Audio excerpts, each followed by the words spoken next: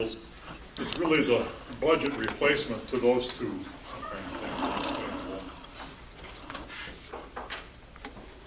I'm with AdviCoach. AdviCoach is a franchise business. They're headquartered in Southbury, Connecticut.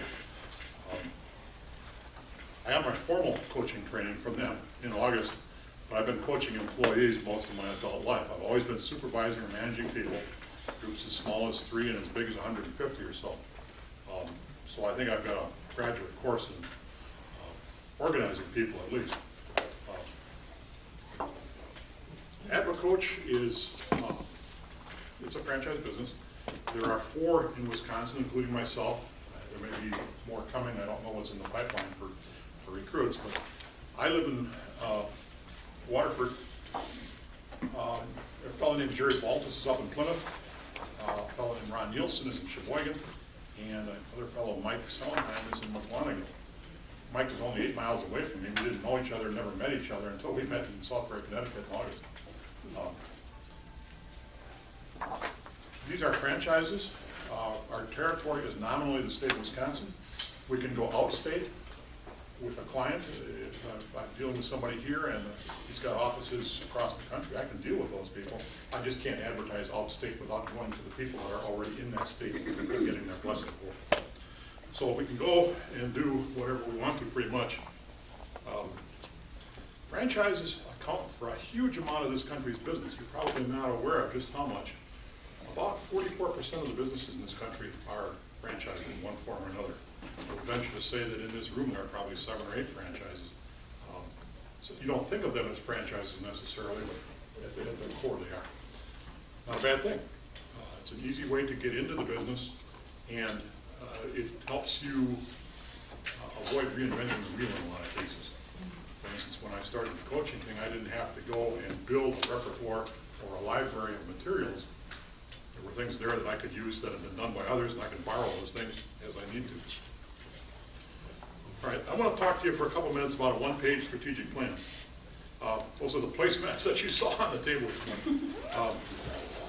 There are 2 pieces there. One is the one-page strategic plan, and the second one has got FSBI, that's Franchise Source Brands International, the group that I'm nominally offshoot of. And that second piece is actually the one I'll talk about first.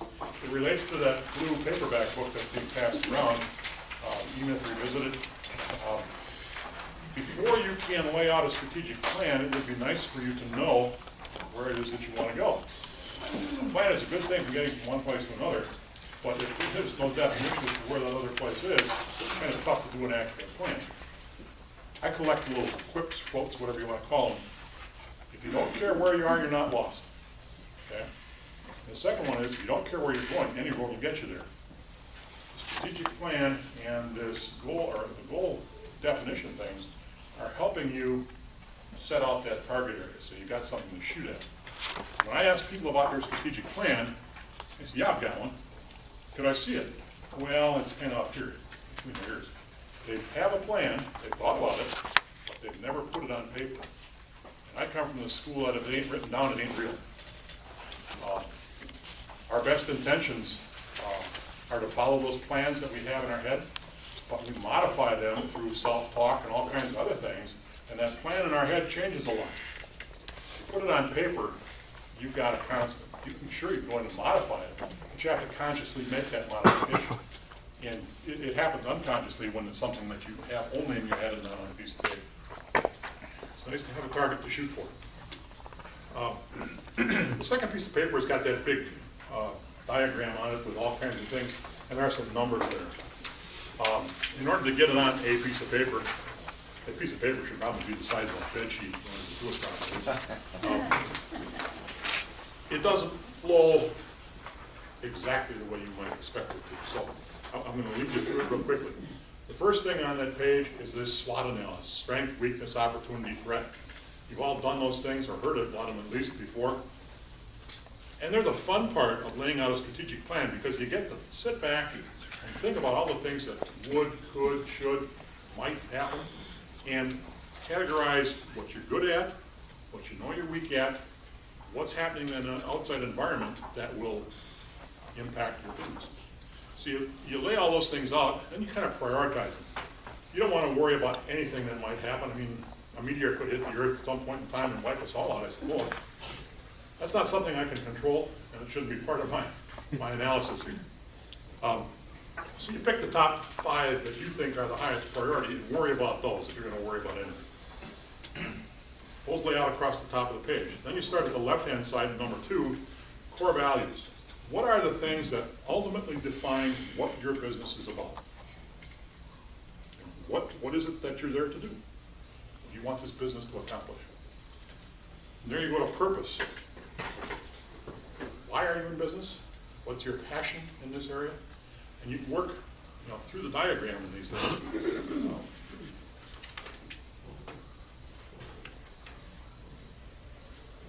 4, actions and BHAG. If you've ever read Jim Collins' Good to Great or Built to Last,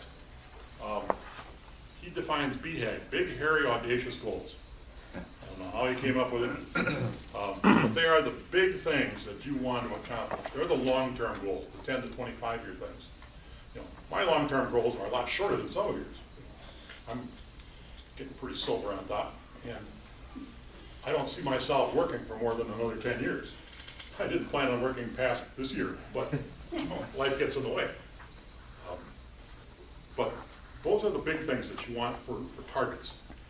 And the actions are the things that you want to define. What do you think is going to get you toward those goals? And you want to review those on a regular basis, probably quarterly at least. But you want to look at those things, and you're checking for a couple things. Is it still what I want? And will doing these things get me to that goal? Are they aligned properly? We talk about alignment a lot. Targets and sandbox. Targets are the shorter term goals, not 10 to 25, but 3 to 5. In this environment, that's probably a long-term goal. I think things are changing so quickly. But 3 to 5 year goals kinds of things. And the sandbox are the places or the markets that a company can be in where you think you have the opportunity to be number 1 or number 2 in that marketplace. You want ultimately to be in markets where you can be a force in that market. So you're defining where you're going to go with this whole process and what sandbox you're going to play in. From there you go to brand promise, number 6. This is the what need does the company fill? We sometimes call it a value-added proposition or even a differentiator. What is it that we're doing for our customers? And what is it that makes us unique in supplying those or meeting those needs? And then the 7th piece is key thrusts and capabilities. Kind of what it sounds like. What needs to be in place for you to reach those targets? What things do you have to develop on your side? Okay. What things that need to be in place so that you can deliver on this whole proposition? 8 key goals and key initiatives. This gets aligned with the step above it. Moving forward on this plan is a matter of being here, wanting to go here, and aligning yourself on that path. We don't do that perfectly. We go like a ship tacking in, or a sailboat tacking in the wind. We tend to veer across the thing, and we're making progress, but we're making progress slowly. Critical numbers, number 9. These are the things that you have to watch to measure the health of what you're doing. Okay? If there's an easy measurement that you can come up with that tells you whether you're making progress, those are the ones you want to look at. You want to look at a bunch of those. 1, 2, 3 are the things you want to watch. Those may change as you move through this journey, but those are the things you want to look out for. 10 is actions and rocks. Rocks in this place aren't hazards. Rocks are the things that you tie up to. They're the things that are steady in this process. They're the basis for what you're doing. So,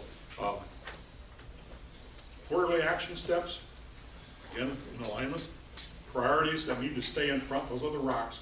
The things that you need to keep focused on in front of you so that you make this progress as least, or with less zigzagging as possible. Excuse me.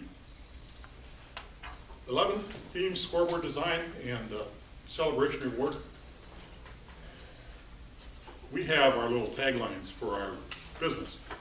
The theme is somewhat similar to that. It's the overall, it's a single statement, but it's an overall, overarching kind of thing that describes what this process should look like. And the scoreboard design, that's taking these key numbers and putting them up in such a way that the people that work for us, work with us, can see progress. When you're making progress, you want to be able to see it and demonstrate it, and that ties into celebration and reward. If you waited until the end of the journey to celebrate, we do a lot less celebrating than we do currently, probably. You want to celebrate the little victories along the way. It keeps people focused and it keeps people engaged. So those are the things that you want to think about when you're going through this process. I do this, and now find myself doing this for a living. Okay? There are a couple of offers over here on the counter that I can help you with. The black binder that's going around is an alternative to this process. This process is the two-step. I've got my goal definition and I've got the strategic plan. That black binder is a different process, more suited probably to the individual, and it's a little easier for somebody to go through probably on their own than it is the other one, where you would probably want to have somebody like me working with you. But an alternative to the expensive process, and a little easier to work through on your own. I appreciate your attention and even your timekeeping. If you have any questions, I'll hang around for a while and I'd be happy to talk with you about that. I would love to sit down with anyone who wants to take an hour, hour and a half and talk about one of the things that you're concerned with. I mean, that's my lost leader, if you will.